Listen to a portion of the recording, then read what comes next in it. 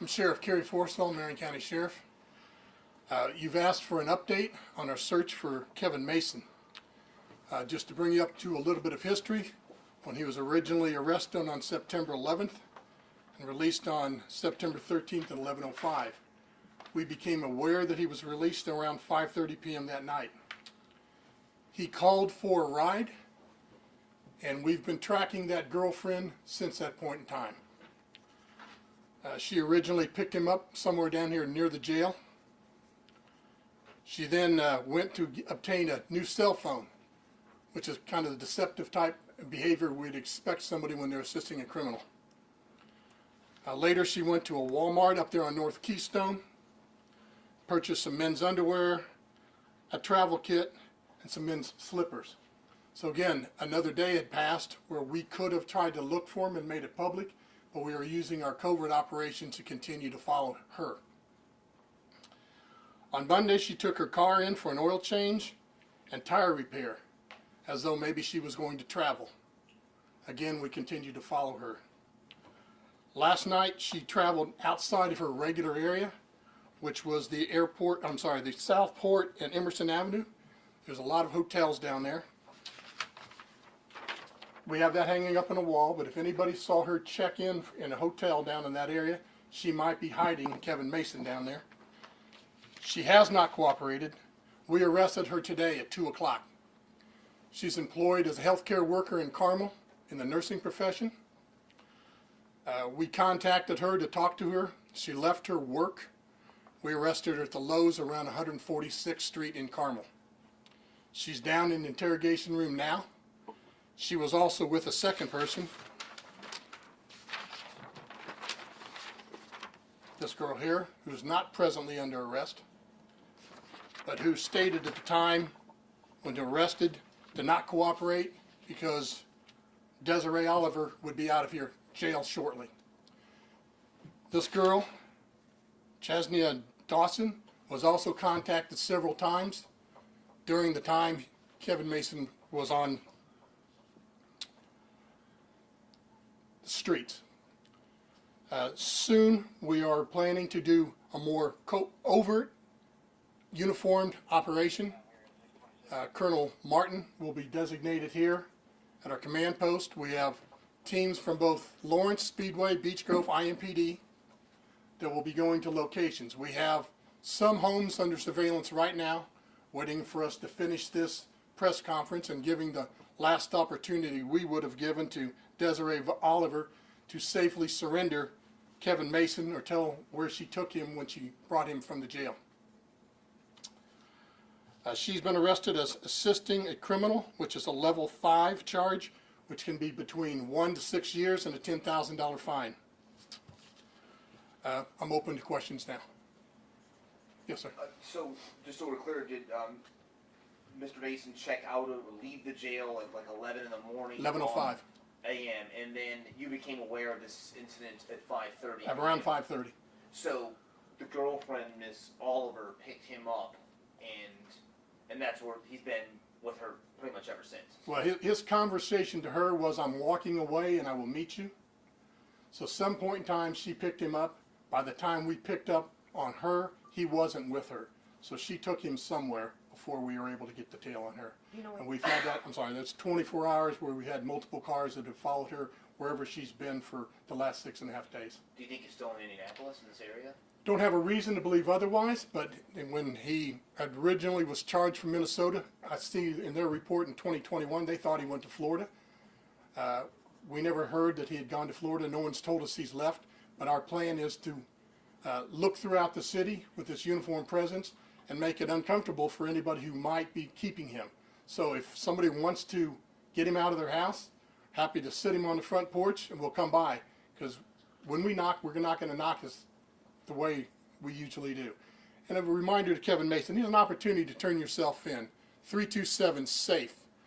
A chaplain will answer that phone and we can arrange a safe surrender. Otherwise, if someone has a tip, it's 327-7940, 7940. That will be manned 24 hours by our intel units of the Marion County Sheriff's Office for any up-to-date. You can call Crime Stoppers 262-TIPS and 911 if you see them, but the 327-7940 will be someone that's really familiar with the case. How were you made aware that he was no longer here in the jail? Chief, you know, was that from the audit? We were contacted. Okay. When the sheriff's office found out that he had left the jail, was there ever a BOLO put out to inform other agencies? If there wasn't, why wasn't? No, because we wanted to keep that as, we knew we're following. We didn't want anyone else to follow him. I mean, I know you prefer to be notified, but this is the response we probably would have got 6 days ago, and we thought it was to our advantage to follow her until we find where they have him. Going back. Where did they meet? Where did she pick He him said up? he would walk away, and we And didn't. we don't know No, where? we don't know that. Do you know where he'd been staying all of this time? It was our understanding he was in the community for the past 2 years. Where was he? Do you No. know where he'd been? We don't know. And where did we pick him up last? Where did you guys pick him up last week when you found him? 3100 North College. Because of a tip, or because you just pulled him over, or do we know the circumstances? The Marshal Service Task Force was involved in that. We'll just leave that for them. Going back to her question, how were you guys contacted that he was no longer in the jail? We were contacted by the detective. Sheriff, I think there's still been a lot of concern from the community about this accidental release and then the passing of Deputy Durham. Why is the jail commander still in the position, and why hasn't anyone else been terminated or reviewed, things of that nature? I rely on the jail commander, and I can't say we could put one person responsible for that. I think I've made it pretty well known that we're short-staffed, they're underpaid. That's not an excuse, but it's a fact. I mean, we're 25 to 30 people down in civilians. We're 75 detention deputies and 75 deputies. So people become overworked and make errors, but we have 4 layers that they go through that should not have had happen. 2 of these people blatantly had this occur. They're paid less than $20 an hour to do work and evaluate documents that are originally put together by lawyers and judges in court. So it's a difficult job. I did that job about 35 years ago, trying to figure out what this record says. Sometimes it's difficult.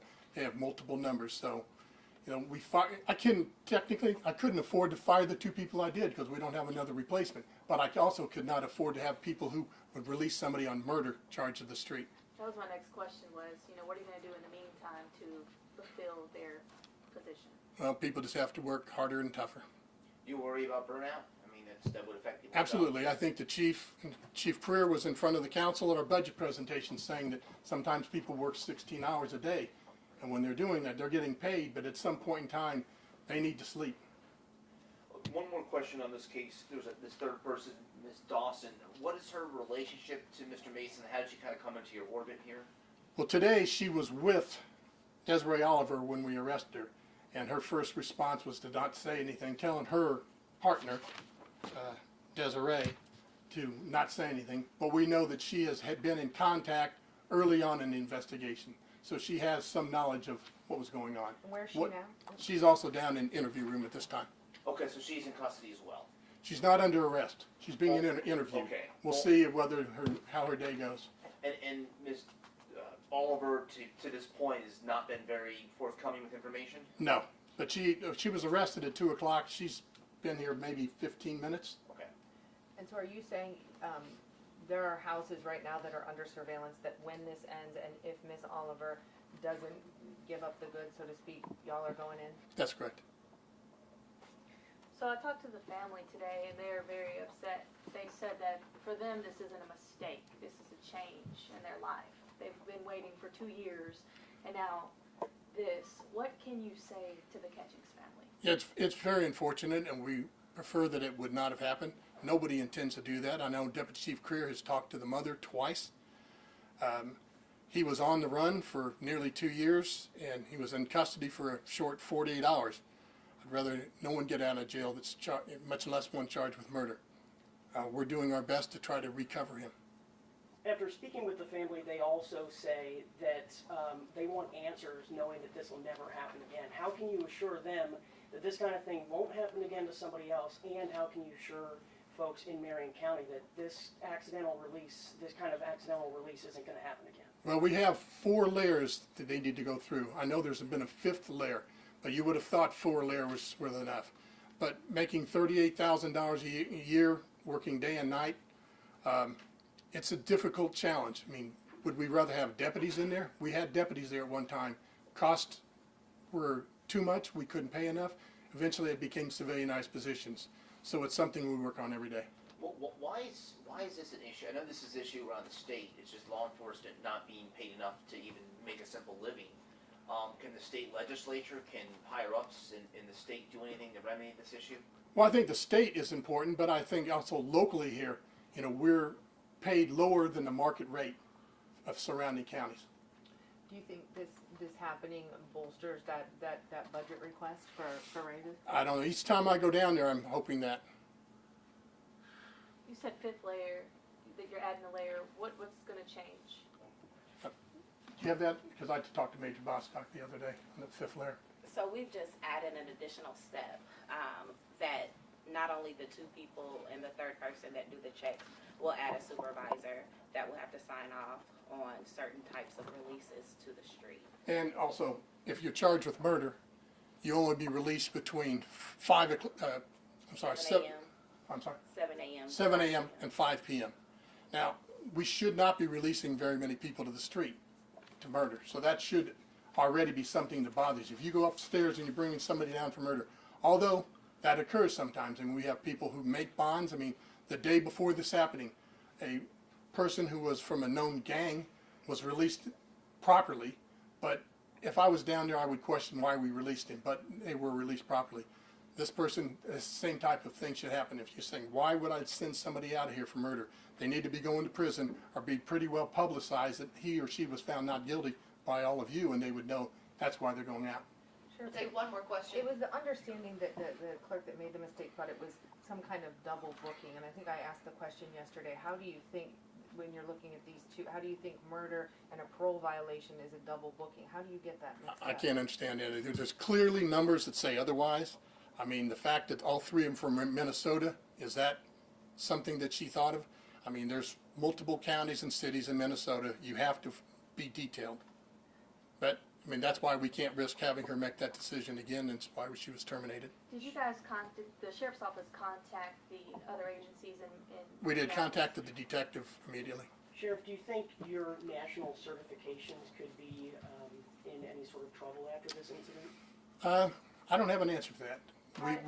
We do this on a regular basis that we keep up on in certification. We'll review that. All right, Thank you, everyone. Thank you.